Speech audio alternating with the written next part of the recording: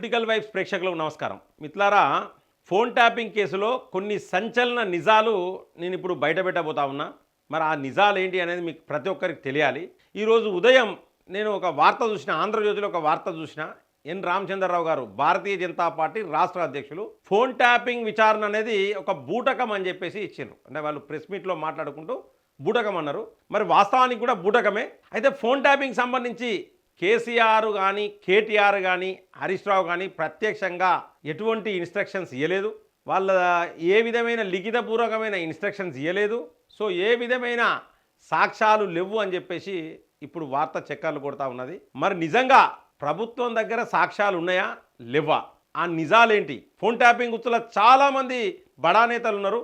మరి ఆ బడా నేతలు ఎందుకు నోరు విప్తలేరు అనే సంచలన విషయాలు ఈరోజు ఈ యొక్క వీడియోలో నేను చర్చించబోతా ఉన్నా మిత్రులారా. సో ఈ వీడియో చూసే ముందు 2 నిమిషాల వీడియో మిత్రులారా. ఈ వీడియో చూసే ముందు ఖచ్చితంగా ఈ యొక్క వీడియోను మీరు లైక్ చేయండి. మీ యొక్క అభిప్రాయాన్ని కామెంట్ బాక్స్లో రాయండి. సబ్స్క్రైబ్ చేయని వాళ్ళు మన ఛానల్ని సబ్స్క్రైబ్ చేయండి. బెల్ బటన్ నొక్కడం మర్చిపోకండి మిత్రులారా. మిత్రులారా, ఫోన్ ట్యాపింగ్ కేసు అనేది 2 సంవత్సరాలు దాటింది. 2 సంవత్సరాలు దాటితే కానీ కేసీఆర్ను విచారణ చేసే పరిస్థితి లేదు. దీనికో సిట్ వేసిండ్రు. సో మరి వాస్తవానికి నేను చెప్తా ఉన్నా, రేవంత్ రెడ్డి చాలా మార్లు అన్నాడు నా ఫోన్ ట్యాపింగ్ చేసినన్నారు.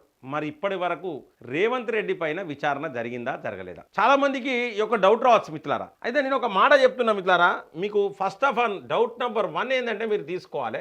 ఇక్కడ ఏంటంటే ఫోన్ ట్యాపింగ్ సంబంధించి అసలు ట్యాపింగ్ అంటే ఫోన్లు మనం మాట్లాడుకుంటా అంటే మన వాయిస్లు రికార్డ్ చేసుకున్నారు అన్నారు. సో ఎవరెవరి మీద రికార్డ్ చేసుకున్నారు? రాజకీయ నాయకుల ఫోన్లు, ముఖ్యంగా రాజకీయ నాయకుల ఫోన్లు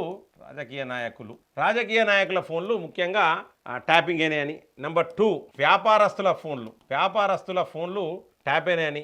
సెలబ్రిటీల ఫోన్లు ట్యాప్ అయినాయని. తర్వాత ఏంటంటే జడ్జీల ఫోన్లు కూడా ట్యాప్ అయినాయి అనేది అంశం వచ్చింది. ఇవి అంటే ఇంకా చాలామంది అయినాయి. రిపోర్టర్లై, జర్నలిస్టుల ఫోన్లు కూడా ట్యాప్ అయినాయి. సో ఇంకా చాలామంది ఫోన్లు. ఇంకోటి ఏంటంటే సెలబ్రిటీలు అంటే ఇలా మహిళలు వస్తారు, వాళ్ళు వస్తారు. సో చాలామంది ఫోన్లు ఈ విధంగా ట్యాప్ అయినాయి అని చెప్పేసి అయితే మనకు వార్తలు వచ్చినాయి. మరి వాస్తవానికి నేను ఒక విషయం అడుగుతున్నా, చాలామంది రాజకీయ నాయకుల ఫోన్లు ట్యాప్ అయినాయి. ఫస్ట్ రాజకీయ నాయకులని వ్యాపారస్తులు. అయితే ఎక్కువ రేవంత్ సర్కార్ ఏం ఫోకస్ చేస్తుందంటే వ్యాపారస్తుల ఫోన్లు ట్యాప్ అయిన దాని మీదనే ఫోకస్ చేస్తూ ఉన్నది. ఎందుకంటే మనకు మొన్నటికి మొన్న మనం చూసినాం ఏంటంటే వీళ్ళకు పార్టీకి ఫండ్ అంటే ఎలక్టోరల్ బాండ్స్. సో వీళ్ళకు పార్టీకి ఫండ్ ఇచ్చిన ఈ యొక్క వ్యాపారస్తుడు ఒక అతను వాంగ్మూలం ఇచ్చిండు. సో అతని దగ్గర నుంచి వెళ్ళి కొన్ని కోట్ల రూపాయలు పార్టీకి తీసుకున్నారని చెప్పేసి, ఫోన్ ట్యాపింగ్ చేసే తీసుకున్నారని చెప్పేసి ఎంక్వైరీ జరుగుతూ ఉన్నది. అయితే ఏంటంటే ఇది అఫీషియల్. అంటే ఇప్పుడు నా దగ్గర నుంచి వెళ్ళి నన్ను బ్లాక్మెయిల్ చేసి పైసలు తీసుకున్నారంటే నన్ను పిలుస్తారు, మాట్లాడిస్తారు. మరి రాజకీయ నాయకులు రేవంత్ రెడ్డి ఫోన్ ట్యాప్ అయిందని చాలాసార్లు అన్నారు. రేవంత్ రెడ్డి మీద విచారణ జరిగిందా జరగలేదా? చాలామంది మీద బండి సంజయ్ గారిని పిలిచిండ్రు, ధర్మపురి అరవింద్ గారిని ఫోన్ ట్యాప్ అయిందన్నారు, మహేష్ గౌడ్ గారిని కూడా ఎంక్వైరీ చేసినట్టున్నారు. సో చాలామంది ఎంక్వైరీ చేసి వదిలేస్తా ఉన్నారు. అసలు నాకు వచ్చిన అసలు ప్రశ్న ఏంటంటే ఎవరెవరి ఫోన్లు ట్యాప్ అయినాయి అనేది ఫస్ట్ ఒక లిస్ట్ ఇవ్వాలి ప్రభుత్వం. నిజంగానే చిత్తశుద్ధి ఉంటే 1000 మంది ఫోన్లు ట్యాప్ అయినాయి అన్నారు కదా, ఆ 1000 మంది లిస్ట్ అనేది ఇవ్వాలి. Number 1 point. ఈ లిస్ట్ ఇచ్చేది ఉంటే అందులో నా పేరు ఉన్నదా, నా పేరు, ఈ డౌట్లు అద్దిగా లిస్ట్ ఇవ్వాలి. లిస్ట్ ఇస్తే ఇందులో 1000 మందిలో మరి నా ఫోన్ ఏం ట్యాప్ చేసిండ్రు అనేది నాకు కూడా తెలుసుకోవాలంటుంది. ప్రతి ఒక్కరు తెలుసుకోవాలనుకుంటుంది. ఫోన్ ట్యాప్ చేసి ఏం చేసిర్రు వీళ్ళు అంటే. చాలామంది రాజకీయ నాయకుల ఫోన్లు ట్యాప్ అయినాయి అన్న సంగతి తెలుసు, ప్రభుత్వానికి కూడా తెలుసు. కానీ ఎందుకు గోప్యంగా వస్తుంది అంటే ట్యాప్ చేసినోంది తప్పైతే ట్యాప్ చేయించుకున్నోడు ఎవరైతే ఫోన్ ట్యాప్ అయిందో వాడు కూడా కొన్ని తప్పులు చేసి ఉంటాడు, రాజకీయంగా తప్పులు చేసి ఉంటాడు. అవి బయటికి వస్తాయి అనే ఉద్దేశంతోనే ఇప్పుడు సాక్ష్యాలు లేవంటున్నారు. అంటే కేసీఆర్ కూడా తడిబట్టేసుకొని ఎందుకు కూర్చున్నాడంటే మిత్రులారా, ఇది ట్యాప్ అయిందని చూపెట్టారు. వాళ్ళు చూపెడితే వారి ఇచ్చేది కూడా పోతుంది, తెలంగాణ వ్యాప్తంగా వారి ఇచ్చేది కూడా పోతుంది. ఇప్పుడు ఫర్ ఎగ్జాంపుల్ చాలామంది ఉన్నారు. ఈ రాజకీయ నాయకుడు ఎగ్జాంపుల్ చెప్తున్నా, కొన్ని ఎన్నికలలో ఫోన్ ట్యాప్ చేసి డబ్బులు అన్సిట్ చేసిర్రు. అవును, ఫోన్ ట్యాప్ చేసిర్రు, ఇది వినబడ్డది, ఇది వినబడికి డబ్బులు పంపుతానన్నారు అంటే కథ, ఆ డబ్బు వీకినట్టే. ఇక అది కూడా ఎవిడెన్స్ అవుతుంది. అంటే ఫోన్ ట్యాపింగ్ చేయడం తప్పైంది. ఈ ట్యాపింగ్ ఎవరు చేసిర్రు? కొంతమంది నాయకులు ఏంటంటే తప్పుడు పనులు చేసిన వాళ్ళు కూడా అందులో ట్యాపింగ్లో ఉంటారు. కాబట్టి ఆ తప్పుడు పనులు బయటికి వస్తాయని చెప్పేసి వీళ్ళకు భయం అవుతూ ఉన్నది. నిజంగానే మీరు లిస్ట్ ఇస్తే కోర్టుకు పోయి మరి మా ఫోన్ ట్యాప్ చేసిరట, మా ఫోన్ ఎందుకు ట్యాప్ చేసిరు, కోర్టు నుంచి ఫైట్ చేయొచ్చు. ఎందుకు చేయొద్దు? ప్రభుత్వం మనకు ఎందుకు హక్కు ఇయ్యది? చాలామంది ఇప్పుడు తీన్మార్ మల్లన్న ఉన్నాడు, ఆయన ఫోన్ ట్యాప్ అయింది అన్నాడు. మరి ఆయన ఫోన్ ట్యాప్ అయింది దాని మీద కోర్టు పోవాలి. తీన్మార్ మల్లన్న కూడా కోర్టు పోవాలి, నా ఫోన్ ట్యాప్ అయింది అని చెప్పేసి పోవాలి. ఇలా చక్రధర్ గౌడ్ పోయిండు, పోలీస్ స్టేషన్ పోయిండు, నా ఫోన్ ట్యాప్ అయిందని.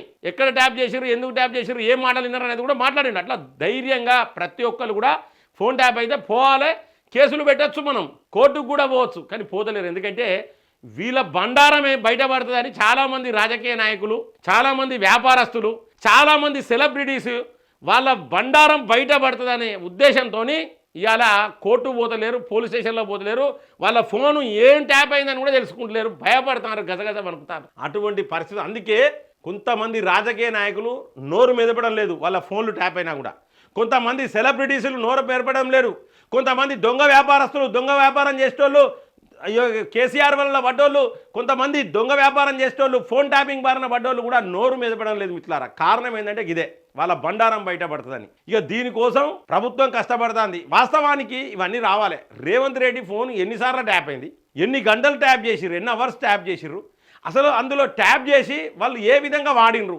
ఇవన్నీ విషయాలు ఇప్పటి వరకు రాలేదు. మహేష్ కుమార్ గౌడ్ది కూడా, కోమటిరెడ్డి వెంకటరెడ్డి కావచ్చు, ప్రతి ఒక్కరిది చేయాలి ఇదంతా. ఎంతోమంది చేసిరంటే వాళ్ళు ఫోన్ ట్యాపింగ్. మరి కోమటిరెడ్డి వెంకటరెడ్డిది అయిందా? మునుగోడు ఎలక్షన్లో ఏం జరిగింది?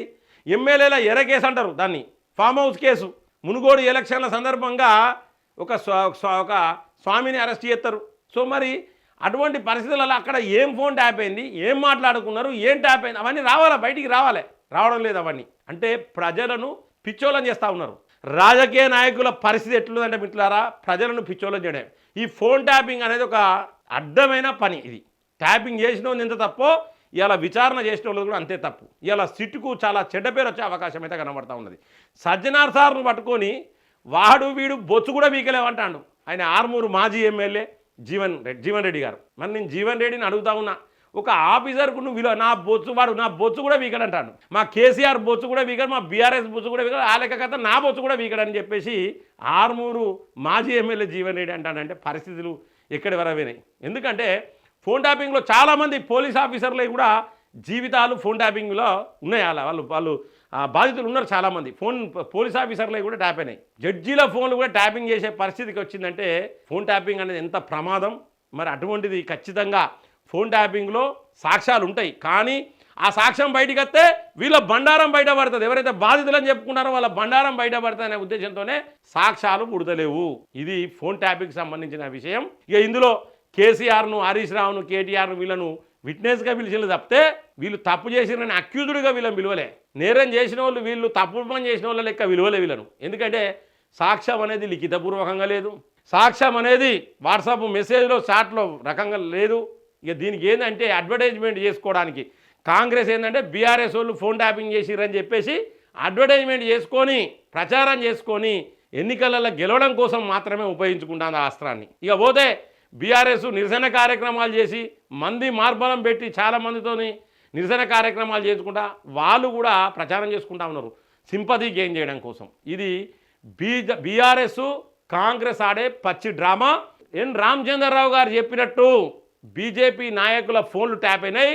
అత్యంత నష్టం జరిగింది భారతీయ జనతా పార్టీకే. మునుగోడు ఎలక్షన్లో లేకపోతే ట్యాపింగ్ ఫోన్ ట్యాప్ చేయకపోతే మునుగోడు ఎలక్షన్లో భారతీయ జనతా పార్టీ అభ్యర్థి కోమటిరెడ్డి రాజగోపాల్ రెడ్డి 100కు 100% గెలుసు.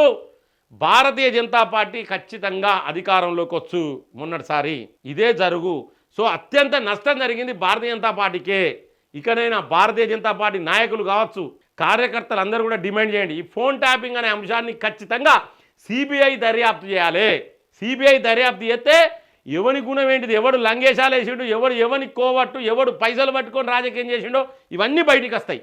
సో మన డిమాండ్ వచ్చేసి అలా ఫోన్ ట్యాపింగ్ కేసును సిబిఐకి అప్పచెప్పాలనే డిమాండ్ నడవాలి. సో మిత్రులారా, ఇది 100% నిజం. వీళ్ళ బండారం బయటపడుతుందనే ఉద్దేశంతోనే సాక్షులు ధైర్యం చేయలేకపోతా ఉన్నారు. చాలామంది రాజకీయాలు నోరు మెదపడం లేదు, రాజకీయ నాయకులు నోరు మెదపడం లేదు మిత్రులారా. సో మిత్రులారా, ఈ యొక్క వీడియోను ఖచ్చితంగా మీరు లైక్ చేయండి. ఈ యొక్క వీడియో మీకు నచ్చినట్లయితే మీ యొక్క అభిప్రాయాన్ని కామెంట్ బాక్స్లో రాయండి. సబ్స్క్రైబ్ చేయని వాళ్ళు మన ఛానల్ సబ్స్క్రైబ్ చేయండి. బెల్ బటన్ నొక్కడం మర్చిపోకండి మిత్రులారా. జై హింద్, జై భారత్.